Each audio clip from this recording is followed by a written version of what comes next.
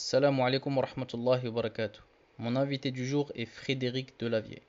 Pour ceux qui ne le connaissent pas, il est celui qui a vendu le plus de livres sur la musculation au monde, plus encore que Arnold Schwarzenegger par exemple. Il est aussi reconnu comme étant un des meilleurs anatomistes au monde dans son domaine, c'est-à-dire le domaine du sport. Il a fait les beaux-arts à Paris et il a une science dans le domaine de la morphologie et de l'anatomie qui est vraiment exceptionnelle. Donc c'est mon invité du jour et je vais être cash avec vous. La vidéo de base, ou plutôt le podcast de base, durait plus de 3 heures, environ 3h10, 3h15. Donc j'ai été obligé de couper pas mal de passages. Donc si vous voyez des séquences où il y a des coupures, c'est tout simplement parce que l'on a bifurqué sur des sujets qui soit sont un peu intimes, soit tout simplement sont des sujets qui n'ont pas leur place ici dans ce podcast. Donc voilà, en tout cas, j'espère que ça vous plaira, j'espère que vous apprendrez des choses. C'est vraiment le but, encore une fois, avec ces podcasts. Et je vous dis à très bientôt. Wassalamu alaikum wa rahmatullahi wa barakatuh. Qui m'a beaucoup entre guillemets plu et en tout cas qui m'a beaucoup aidé dans mon apprentissage justement des mouvements pour les sports de combat. Parce que moi, mon sport, c'est les sports de combat, les arts martiaux mixtes. Ben c'était justement de comprendre en fait le coup. C'est-à-dire que tu expliques, notamment, c'est ça, ce qui m'avait le plus entre guillemets intrigué, c'était au niveau des kicks. Mais justement, tu expliques en fin de compte comment s'entraîner, mais du coup, tu expliques aussi parallèlement, logiquement d'ailleurs, puisque c'est lié, et bien comment en fin de compte quels muscles et jouent les rôles les plus importants dans ce coup, en fin de compte. Ouais, Et puis ça, c'est super important en fin de compte pour pouvoir s'entraîner de manière intelligente. ouais. Oui, oui, bah oui, on explique ça, comme on explique le renforcement du cou, c'est fondamental dans les sports de combat, hein. Mhm. Comment se blesser quand on fait du renforcement de cou. Donc, il y a, parce qu'il est mis à rude épreuve, hein, donc on explique à peu près toutes les techniques, de renforcement des poids pour les sports de combat. On agrippe, hein, c'est important aussi, donc on explique à peu près toutes les techniques, comment travailler les abdos en fonction du sport de combat, parce que travailler pour, je sais pas moi, Ah, pour par exemple l'esthétique, c'est oui, pas pour pareil que. l'esthétique, c'est pas la même chose que travailler pour porter un coup ou pour gainer. Alors le problème, c'est qu'en sport de combat, on est confronté à deux choses. C'est apprendre à gainer les abdos. Le problème, c'est apprendre à gainer les abdos. Ça va rigidifier ta taille et ça va t'enlever de sens dans l'exécution puisque tu es obligé de faire souvent des rotations, tu Mhm. vois. Et en même temps, tu es obligé de travailler la rotation, mais la rotation risque aussi un peu de te faire perdre, pas vraiment de te faire perdre de gainage, mais c'est différent, tu vois. Et Oui, oui. gainer fait perdre de la rotation. Mais la rotation est fondamentale pour taper fort. Donc on est tout le temps dans la recherche de la milieu, donc on explique ça dans le Dans le musculation, livre Musculation pour le fight, du coup. ouais, qui est devenu une référence parce que on aborde très simplement l'entraînement pour le combat, qui à la base, les gens, on va dire les fighters, les combattants faisaient souvent n'importe quoi. Bah justement, on va essayer d'en parler. Donc, Alors déjà juste une petite c'est parenthèse. du Oui, sport. excuse-moi. Non, je dis maintenant, c'est exceptionnel. Les gens sont forts. Maintenant, les gens ont compris, puisque notre livre est arrivé, Mhm. d'autres ont compris, et on se retrouve avec quand même un savoir. Il faut savoir que c'était notre livre qui, à la base, est le premier à avoir expliqué tout ça et avoir permis aux gens, pour le sport de combat, alors qu'il fallait ne pas copier les mouvements de musculation, bodybuilding typiques, et d'adapter des mouvements qui étaient des mouvements vraiment adaptés au sport de combat. On pouvait un peu, par exemple, pour les percussions, utiliser plutôt les techniques des powerlifters que des bodybuilders, tu vois. Bah non, j'avais une question justement, mais on en a déjà parlé un petit peu là, succinctement. En fin de compte, il y a beaucoup de personnes aujourd'hui, souvent surtout les débutants, qui s'entraînent et qui veulent s'entraîner et qui du coup pour s'entraîner vont commencer à bien évidemment regarder sur internet ou voir dans des magazines, etc. Euh, et ce qu'ils font, c'est qu'ils copient les entraînements. Alors du coup, copier les entraînements de qui? Bah, des professionnels, etc. Alors que ce soit les méthodes d'entraînement, que ce soit les programmes, que ce soit les exercices. Et du coup, bah ça ne va pas avec la morphologie de la personne. Donc du coup, qu'est-ce que tu as à dire sur ce sujet?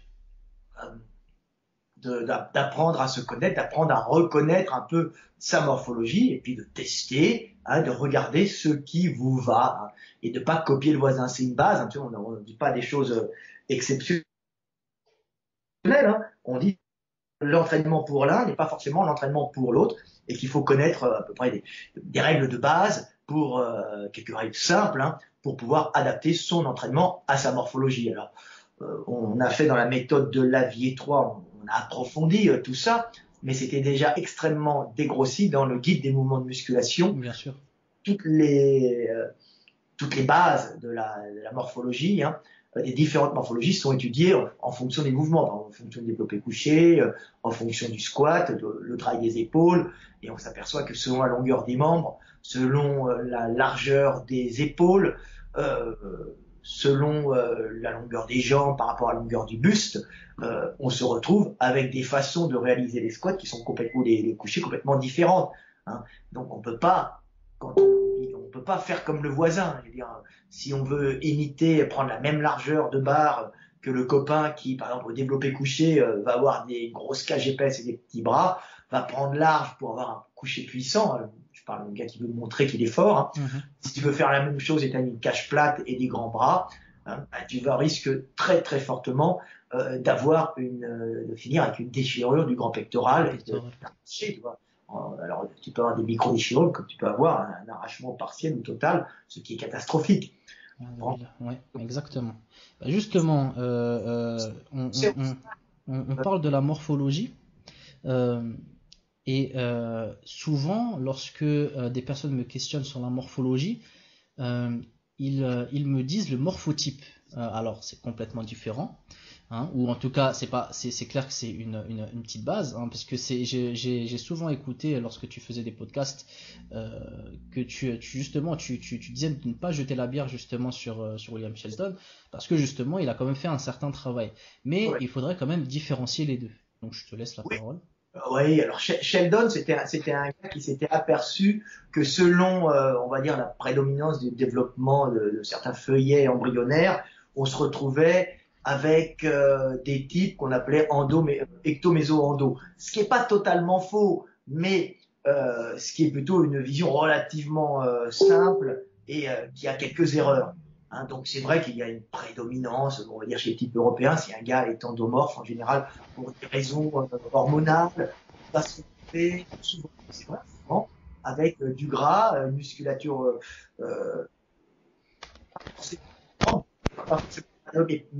mais quand même existante. Tu vois, il avait même remarqué que ça lui donnait des fois même des calvities, des choses comme ça, parce qu'il y avait des perturbations hormonales, mais il n'avait pas tout analysé, il avait à peu près une vision globale. Il s'était aperçu que certains types aussi pouvaient être. Alors après, il y a des types mixtes. Hein, alors il avait fait un peu des types mixtes. C'était un peu de l'empirisme. Hein, il avait mis par exemple, alors pour les types classiques, il y avait ecto-méso-endo. Alors l'endomorphe, c'est celui qui a une prédominance du système digestif et graisseux, donc tout ce qui est lié à la récupération énergétique et à la digestion des aliments. Le mésomorphe, pour lui, avait c'est le feuillet embryonnaire, tu vois, une prédominance du système osseux et musculaire, ce qui fait les mecs hyper costauds, tu vois, et l'ectomorphe, c'est le grand longiligne avec une prédominance du système nerveux qui grille beaucoup. Mais tout ça, effectivement, on retrouve fréquemment le mec un peu maigre, grand, ou longiligne, en tout cas pas grand, mais longiligne, qui grille beaucoup de calories et qui n'arrive pas à prendre de muscle, oui, effectivement, assez nerveux, une prédominance du système nerveux, mais en réalité, c'est beaucoup plus complexe que ça. Voilà, en fait, c'est ce que j'allais dire. Je pense que le problème avec les morphotypes, c'est que c'est trop absolu. C'est-à-dire, c'est des catégories qui sont trop, encore une fois, trop absolues, dans le send où c'est trop direct. Il n'y a pas de nuance, alors que le corps humain, il est ultra nuancé. C'est le plus dommage, en fait. Il n'y avait pas assez de données. Maintenant, on sait très bien qu'il y a des adaptations climatiques, des adaptations nutritionnelles à des climats, souvent, puisque la nutrition varie en fonction des climats, et qu'on se retrouve avec des gens qui ont des morphologies, on va dire des types morphologiques différents, adaptés en général à des climats et des nutritions particulières. Hein, comme on se retrouve avec les Allemands, par exemple, qui sont en général des grands gaillards, parce qu'il y a une sélection longiligne, hein, et osseux et musculaire quand même, parce qu'il y a eu sélection des individus qui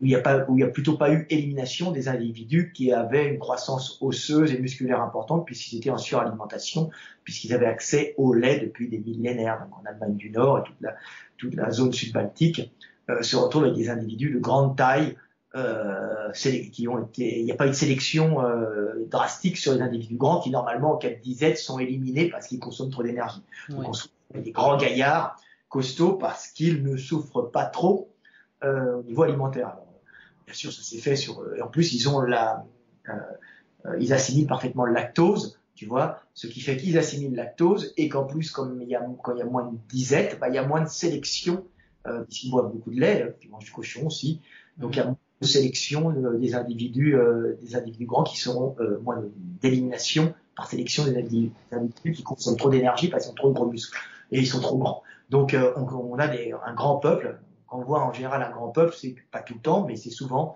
qui sont suralimentés et qui ont aussi accès au lait. Alors, pas toujours accès au lait, comme on peut voir au Cameroun, qui sont très grands, très costauds, les Camerounais, parce que c'est les bouffeurs de viande de brousse, alors ils ont tout en suralimentation. On a en Côte d'Ivoire des grands mecs, mais ils n'ont pas forcément du lait. Puis on a les Peuls, par exemple, qui sont plus longilignes, Dinka aussi, en Afrique, qui eux mangent moins, mais ont beaucoup de lait. Donc ça fait des mecs qui sont grands, mais moins musculaires, parce que le milieu est plus sec et moins riche. Ils ont quand même beaucoup de calcium, donc ils peuvent grandir. Là, tu vois, on voit plein de...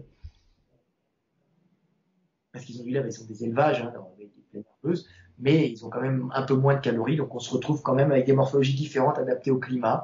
On retrouve de tout, dans les zones où les gens sont un peu petits en général et ils font des réserves de graisseuses, tu vois, tu peux être sûr que c'est des zones qui ont été soumises fréquemment à des disettes, comme on peut rencontrer des fois en France, quand tu vois les Français par rapport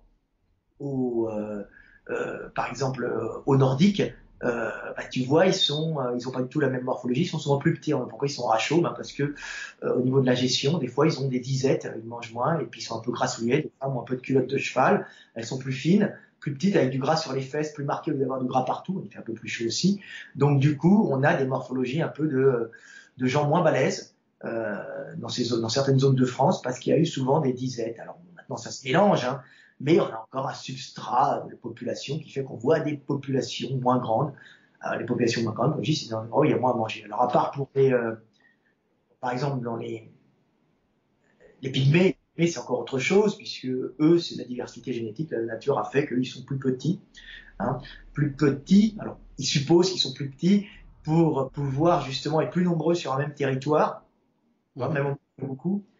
Comme ils arrivent vite à taille maximum pour pouvoir se reproduire et maintenir une diversité génétique permettant d'affronter un milieu très riche en bactéries et en microbes pathogènes, microbes dangereux, tu vois. Donc d'évoluer très vite, d'avoir des sélections très vite au sein des groupes, tu vois. La casse aussi, parce qu'ils sont plus nombreux. Tu vois, c'est la nature très particulière. En Europe, il y a moins de risques de maladies quand même proportionnellement. Mais on voit, tu vois, des zones comme certaines régions centrales de France où ils sont plus petits. Par contre, tu vas au Pays Basque où ils sont suralimentés, où ils restent entre eux dans leur vallée, tu vois, tu as des mecs extrêmement grands qui se nourrissent au lait de chèvre, au lait de vache, des fois aussi, et puis au fromage de chèvre, tu sais, basque, et puis à l'oie, la graisse d'oie et au cochon. Alors, quand ça fait qu'ils mangent du cochon, ils sont très gros, très musclés. Et du coup, cette morphologie, comment nous pouvons l'analyser pour pouvoir s'entraîner en fonction de nous-mêmes et non pas donc du coup du voisin en copiant le dernier article à la mode? La morphologie, on va dire qu'on l'utilise surtout en fonction de la longueur des membres. C'est les membres qui font que on doit faire un mouvement avec telle amplitude ou en respectant telle amplitude. Par exemple, pour un mec longiligne, faire du squat, c'est-à-dire plutôt pour un Allemand, c'est-à-dire qui aurait grandi au lait, ou pour un Africain de type longiligne. Alors il y a des Africains courts, comme on peut voir au Cameroun, moins courts que les petits Européens, que certains petits Européens massifs, ou même grands Européens un peu massifs et courts. Mais on va dire qu'un gars qui est proportionnellement longiligne, et bréviligne et longiligne, c'est on va dire des classifications qu'on fait comme ça. Peut être grand longiligne ou petit longiligne. C'est le rapport buste-jambe. En général, un gars qui a des grandes jambes et un buste court, en général, ne sera pas très performant au squat parce qu'il va être penché en avant pour retrouver l'axe de gravité, tu vois, à cause de ses longues jambes. Donc, peut lui dire, bah, quand tu t'entraînes, bah, descends pas trop bas, tu vois, ou par exemple, porte des talonnettes, hein, et ne t'amuse pas à faire un squat qu'on appellerait cul par terre pour ressembler au voisin qui est court, tu vois. C'est des règles très très très simples. Et ton squat, même s'il est tête penchée, buste penché en avant, on va dire, bah, fais le buste penché en avant, mais respecte la règle de ne jamais arrondir le bas du dos, ce qui risquerait de générer chez toi des hernies discales qui sont pas graves, ça soigne, mais qui t'empêcheront par une fragilité que tu auras, qui t'empêcheront par la suite de progresser, tu vois, même si ta vie peut être normale avec une hernie discale rectifiée, qui semble reste une fragilité. Donc, on s'aperçoit, tu vois, que c'est pas très, faut pas Cohérent. non, il faut pas copier le voisin. Tu vois, un Africain, par exemple, en général, il est longiligne et puis il est tout en tendon. Tu vois, c'est au niveau des membres inférieurs. Donc lui, son squat, il ne faudra pas qu'il fasse comme un petit Européen. Tu vois, alors qu'un petit Européen, il peut se mettre lourd et il va monter dos droit, il n'aura pas de problème à faire son squat. Pareil pour un coucher, quand tu as des grands bras, bah, écoute, ça pose un problème au développé couché, tu risques de niquer grave en descendant la barre, puisque tu étireras excessivement les pecs et il risque de lâcher. Tu vois, Alors avec tout ça, maintenant quand on entend tout ça, pour les avant-bras, tu sais que si tu as des grands bras, des grands avant-bras et des épaules par exemple peu mobiles, ça peut arriver, par exemple pas large d'épaule avec de grands bras, c'est des morphologies qui arrivent, tu vois, bah, tu vas avoir des problèmes aux épaules, pas parce que tu manques de force, parce que si tu veux descendre ta barre au niveau de la nuque, en fin de compte, tu vas pas faire un bascule d'omoplate, tu vas faire juste une descente vers le bras, et avec tes grands avant-bras, tu vas tirer tirer le deltoïde. Voilà, tu vas tirer le deltoïde, tu vas tirer sur les muscles qui sont là, tu vas te trouver dans une position. Alors, à bien comprendre, quand on dit tirer, c'est tirer excessivement. Hein, on ne parle pas d'étirement, parce que certains vont dire oui, mais l'étirement c'est bien, mais là c'est étirer excessivement, hein, ce qui amène à des déchirures et à des problèmes, à des différentes pathologies. Différentes pathologies. Tu vois, et puis un gars qui va descendre, qui a les bras courts et des épaules très larges, quand il descend sa barre derrière la nuque, en vérité, il a fait un petit mouvement au niveau. Alors que le gars qui a des longs bras et des épaules pas larges, bah lui, quand il arrive avec sa barre au niveau de la nuque, bah, c'est un gars en vérité qui souvent est en fin de course et ne ramène pas l'énergie pour remonter la barre parce que son muscle est trop étiré et sa position est trop extrême. Exactement. Voilà.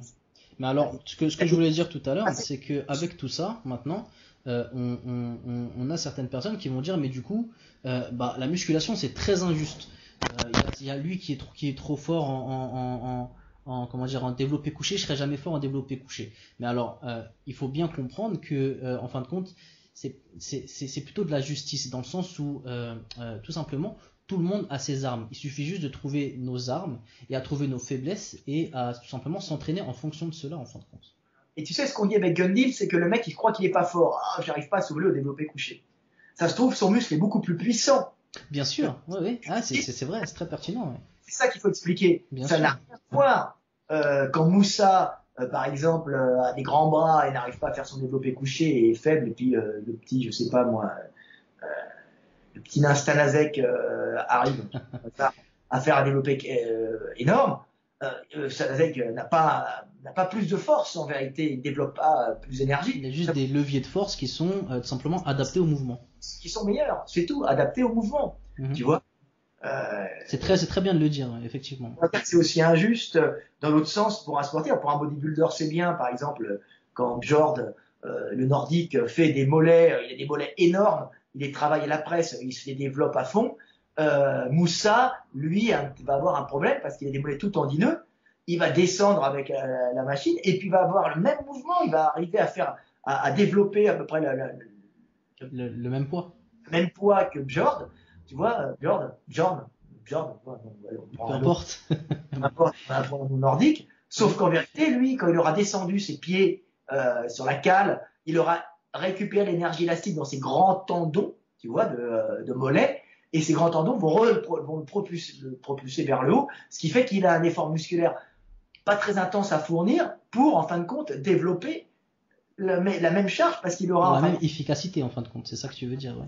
Il va récupérer l'énergie élastique, l'énergie cinétique de la chute des poids dans ses tendons pour la récupérer, alors que Björn, lui, il est incapable, il ne produit que de la chaleur quand il marche, et c'est des gros muscles qui sont obligés de produire un mouvement qui, en fin de compte, n'est pas hyper puissant, mais qui qui n'est pas hyperpuissant, c'est-à-dire qui ne développe pas une force, qui ne développe pas un poids énorme, mais qui produit une forte contraction qui produit de la chaleur essentiellement pour chauffer le bas de la jambe. Donc tu vois, c'est vraiment des conceptions différentes parce que l'Africain, lui, en général, il pêche par le bas de sa jambe qui est tout maigre.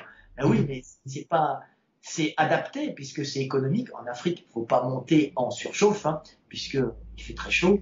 Donc, tout est fait pour économiser, si tu veux, la production de chaleur, ne pas en monter pour pas faire monter le cerveau. Du coup, d'ailleurs, tu l'avais expliqué un jour et je trouve ça très, très intéressant. Tu disais que l'Africain d'Afrique noire avait du coup des petits mollets. Du coup, là, on parle du coup de l'inverse, avec des petits mollets, puisque déjà en Afrique noire, il est très fréquent déjà dans un premier temps de marcher pieds nus. Et en plus de ça, et bien du coup, puisqu'il fait très chaud, il n'y a aucun intérêt d'avoir des mollets gros qui va surchauffer et en plus de ça, qui va prendre de l'énergie. Voilà. Alors qu'en Europe, surchauffer et avoir des gros mollets permet d'éviter de maintenir la chaleur dans l'organisme et d'en produire pour éviter de geler ou pour éviter. Et du coup, chauffer, c'est même plus surchauffer, mais chauffer en fin de compte. Chauffer, oui, chauffer. L'Européen a oublié de se chauffer. Il a tout un système pour monter en surchauffe, tu vois. Du coup, voilà, il y a deux choses qu'il faut retenir. Dans un premier temps, que c'est pas une question d'injustice, c'est une question que tout le monde a ses armes et qu'il faut trouver ses armes pour pouvoir tout simplement avancer et ne pas regarder le voisin et vouloir calquer sur le voisin, mais plutôt s'intéresser à soi-même. Il faut aussi arrêter cette jalousie maladive de voir quelqu'un de plus fort que soi dans un mouvement et d'essayer d'être très fort dans ce mouvement, quitte à se blesser, quitte à avoir des pathologies, quitte à ne pas progresser, quitte à se focaliser pour rien. Donc ça, c'est la première des choses. Et la deuxième des choses aussi, c'est qu'il n'y a pas vraiment et réellement de mouvement parfait, universel. C'est-à-dire qu'il n'y a pas une façon de faire le squat. Non. Bon, si, il y a quelques règles, on va dire. Bien sûr. Effectivement, il y a des bases. S'amuser à arrondir le bas du dos, ce qui est catastrophique. Donc tout l'entraînement d'un vrai powerlifter, c'est pas d'avancer ou pas les genoux. En général, on descend comme on peut en fonction de sa souplesse de cheville. Malgré les mythes, il est quand même très dur d'être capable d'assouplir une cheville, puisqu'en général, tu as des limitations souvent osseuses, tu vois. En général, on descend comme on peut. Ce qu'il faut surtout, c'est maintenir le dos droit. Le dos bien droit, ouais. Bien droit, ça veut pas dire le dos pas penché, ça veut dire le dos qui ne s'arrondit pas. Tu vois, puis bien maintenir les épaules en arrière pour pas s'affaisser, parce que c'est surtout le rachis qui risque d'être lésé. Bien sûr, quand je trouve, on a les ischios qui risquent de péter, les adducteurs aussi, puisqu'ils jouent un peu le rôle d'ischio du grand adducteur.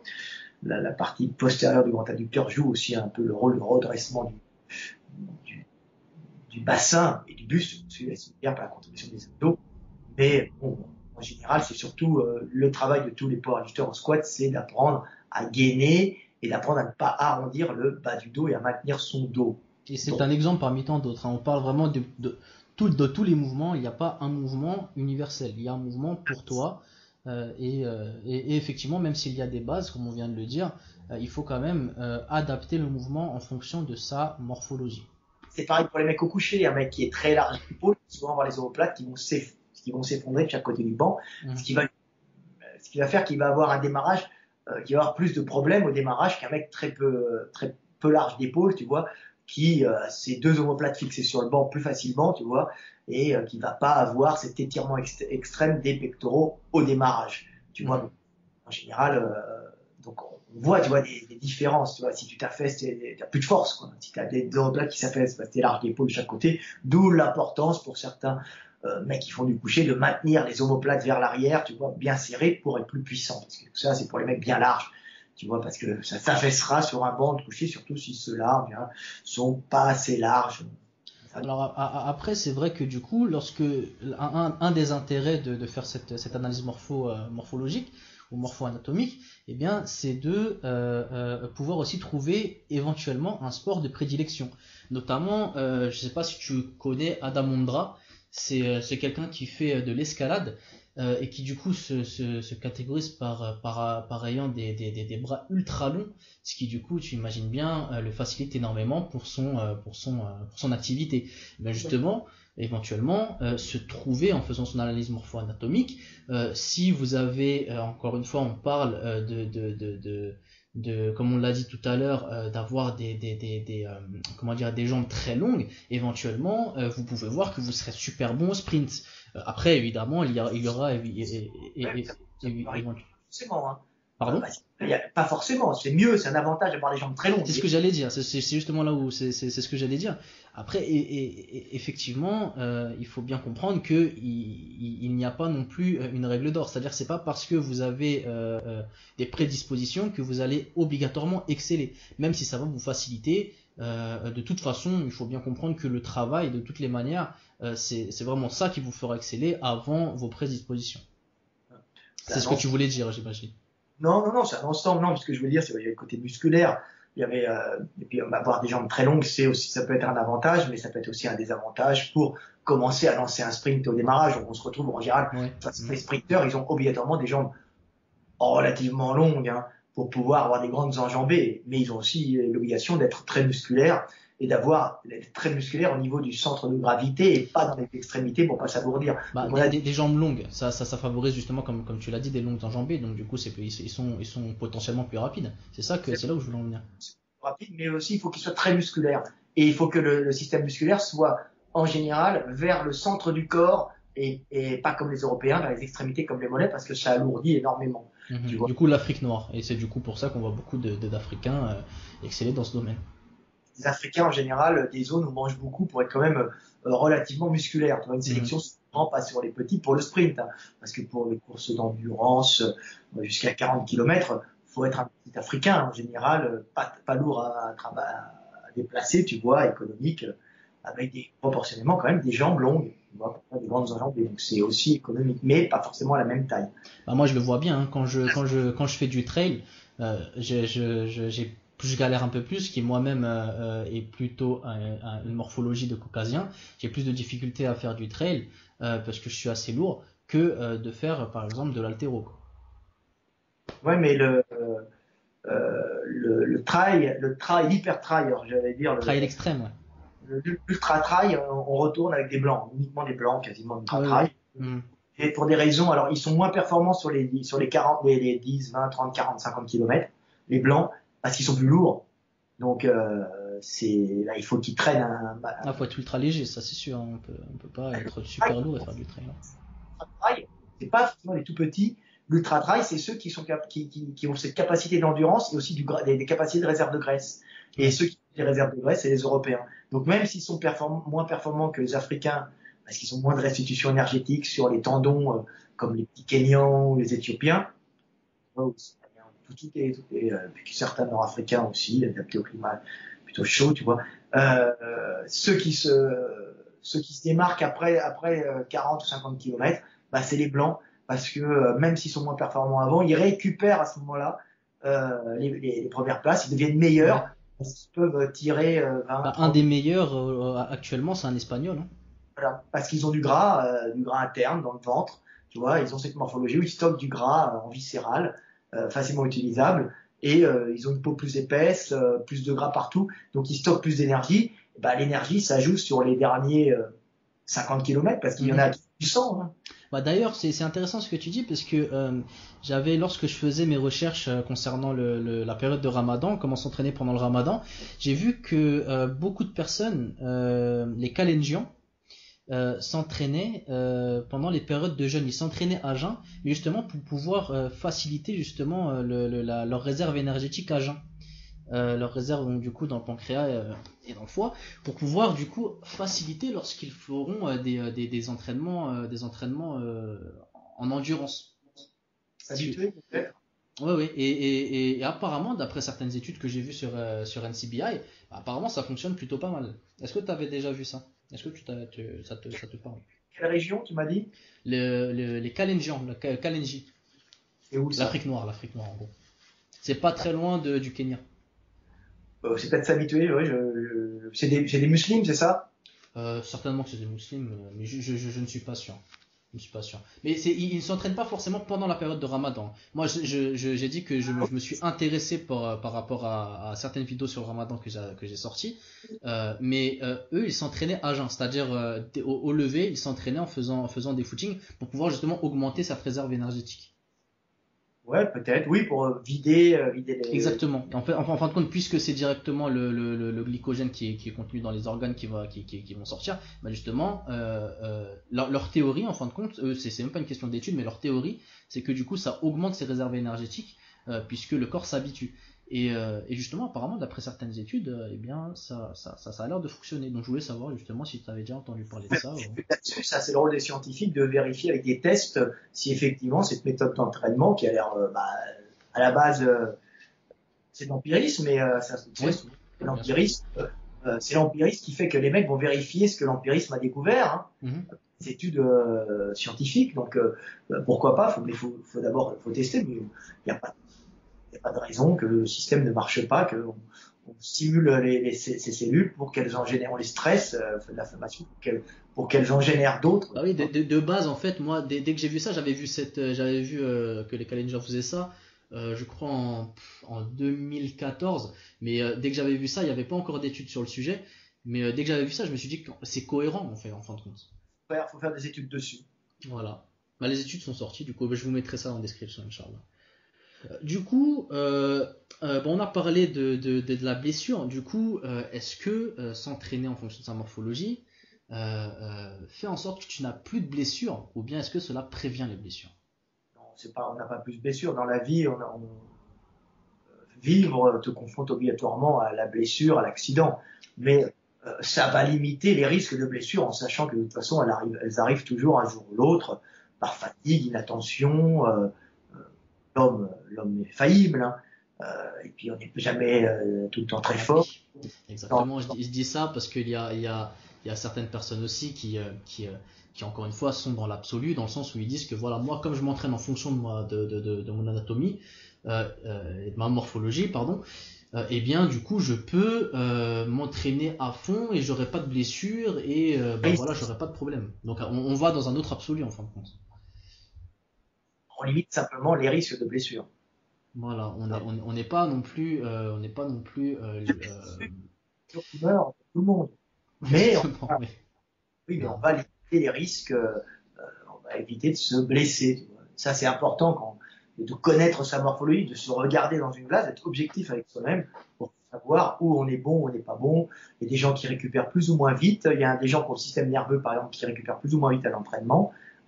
Donc, dire qu'il faut passer avec tant de minutes, par exemple, c'est un truc d'abruti parce que ça dépend complètement des gens. Tout le Mhm. monde n'a pas cette capacité nerveuse de récupérer vite. Les fameux 45 minutes pour le footing, par exemple.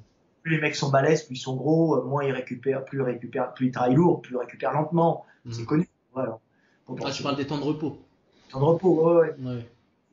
Faut arrêter les conneries là-dessus. Faut adapter en fonction de soi-même et puis tester. Bah, il y a des règles de base, c'est-à-dire, encore une fois, il y a des règles de base dans le sens où, voilà, si tu t'entraînes lourd, bah, faut pas prendre des temps de repos ultra courts si tu veux laisser reposer le système nerveux et même le muscle. En fin de compte, c'est ça, quoi. Charger le muscle en énergie, laisser le système nerveux se reposer un peu parce que tu l'as bien épuisé, tu vois. Voilà. Ça, c'est une des bases. Et puis même se reposer chez soi pendant quelques temps, tu vas pas faire 2 entraînements de suite si tu veux travailler très lourd parce que tu vas épuiser ton système nerveux. C'est Justement, pas, c'est intéressant ce que tu dis. c'est pas, Excuse-moi, je t'ai coupé, je te laisse continuer. c'est le système nerveux qui se régénère beaucoup plus lentement. Donc la transmission nerveuse va se faire moins bien. Je crois que c'est ça, je sais plus, euh, comment ça s'appelle, ouais, va se Ouais. faire moins bien parce que l'information qui est transmise euh, circule moins bien dans une gaine qui a été dégradée par son utilisation. Ouais. Globalement, c'est ça. Tant au système nerveux pour régénérer. Ouais, ouais, bien sûr. Bien sûr, bien sûr. Bah, justement, c'est intéressant ce que tu dis parce que il y a des personnes justement qui ne prennent pas de temps de repos euh, mais qui s'entraînent de façon comment dire, pas forcément tout le temps de façon lourde. C'est-à-dire que par exemple, une personne qui s'entraîne par exemple en MMA 4 fois par semaine, qui fait un entraînement lourd et ensuite qui fait deux footings par exemple. Donc il s'entraîne du coup tous les jours. Du coup, est-ce que son repos est suffisant, même s'il n'a pas de temps de repos, même s'il n'a pas pardon, de jours de repos, ou bien même dans ces cas-là, cette personne-là doit prendre un jour de repos quand même. Qu'est-ce que tu en penses? sentir. Tu sais, moi, je donne pas d'ordre, je suis pas directif. Hein. Bien sûr. S'il voit que ses performances baissent, il a intérêt à prendre des jours de repos. Hein. Après, oui, ça dépend de la personne, oui, effectivement. Faut arrêter de se poser des questions là où la nature te montre ce que tu dois faire. Hein, si tu commences à baisser et à être de moins en moins en forme, c'est que tu commences à aller vers le surentraînement. Bien sûr. Donc, voilà, c'est ça. Après, comment dire, ce que je voulais mettre en évidence, c'est la différence entre une personne qui s'entraîne tout le temps lourd en musculation, qui veut augmenter ses performances en musculation pure et dure, et qui du coup doit laisser du repos par rapport à ses relais nerveux, par rapport à son système nerveux, etc. Et une personne qui s'entraîne en musculation en lourd, mais qui à côté aussi s'entraîne avec des entraînements ultra légers en faisant des fois du cardio, etc. Ces deux personnes-là ne doivent pas n'ont pas comment dire Le le même même repos, quoi. C'est-à-dire. propos. Non, bah, si tu fais du très lourd, tu es obligé de te reposer beaucoup plus. Voilà. Les lifters, par exemple, ils finissent par s'entraîner très peu. Qui ça? Pour lifters, les gens qui font de la force, Mhm. tu vois, ils s'entraînent. Sauf quand ils prennent plein de produits, mais globalement, Oui, après, ça, c'est autre chose. ils récupèrent beaucoup plus ils ont besoin de récupérer beaucoup plus pour leur système nerveux. Et puis ils ont besoin de manger énormément et de faire du très lourd. Alors que un bodybuilder, déjà, lui, il est obligé de s'entraîner plus souvent pour travailler tous les groupes musculaires et, tu vois, et peut-être un peu moins lourd, ce qui lui permettra de faire plus d'entraînement parce que le système nerveux n'est pas fatigué comme ça, tu vois. Bien sûr. C'est des sports différents parce que la force, c'est pas que travailler, que faire des volumes musculaires. La force, c'est être capable de créer du muscle, Nerveux.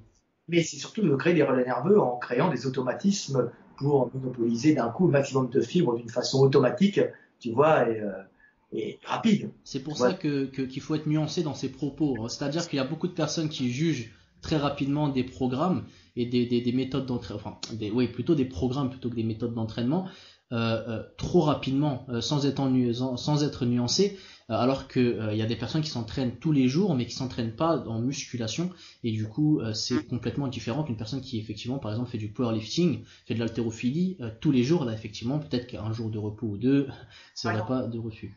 Les haltérophiles, justement, en général, tu les vois faire des mouvements techniques, c'est-à-dire des mouvements où ils travaillent pas lourd, où ils font des épaulés. Oui, c'est pas faux, hein, effectivement. En vérité, c'est qu'ils travaillent des relais nerveux, c'est-à-dire ils répètent comme des danseuses des mouvements très techniques pour créer des réflexes conditionnés et ne pas avoir à penser pendant le mouvement et à refaire ces mouvements. Donc, Travailler la technique en fin de compte. La technique, comme une danseuse va travailler sa technique, tu Comme vois. quelqu'un qui fait du MMA, justement. Comme quelqu'un qui fait du MMA. Le MMA, c'est de la technique. Hein. On posait justement la question, alors c'est sans entrer dans des trucs racistes, ça n'a rien à voir avec le racisme. Hein. On disait, mais pourquoi par exemple, les Africains sont souvent meilleurs en boxe et les Européens, tu vois, même sont meilleurs en MMA. Et nous voilà à la fin de ce podcast. Je sais, c'est un peu brutal, mais comme je vous l'ai dit, j'ai fait pas mal de coupures. En réalité, ce podcast, il date de plus de 3 ans. Donc vous imaginez bien qu'il y avait pas mal de choses à enlever, pas mal de coupures à faire. Et pour deux raisons, principalement. La première, c'est qu'il y a eu quelques hors-sujets, quelques topics qui n'avaient pas lieu d'être sur Muslim Life. Et dans un second, il y avait aussi des moments où c'était, disons, trop intime pour être publié en tant que podcast. Voilà, en tout cas, je voulais remercier Frédéric Delavier pour sa patience, car il a toujours répondu à mes questions depuis que j'ai 14 ans. Je le saoulais et pourtant il a toujours été là pour donner de son temps. Donc merci pour m'avoir donné de son temps et je le remercie évidemment aussi pour avoir accepté de faire ce podcast. Barakallahu fikum ikhwa pour avoir écouté jusqu'à la fin. J'espère que ça vous a été utile. في الدنيا وفي الآخرة et on se dit à très très bientôt Inch'Allah ta'ala. Wassalamu alaikum wa rahmatullahi wa barakatuh.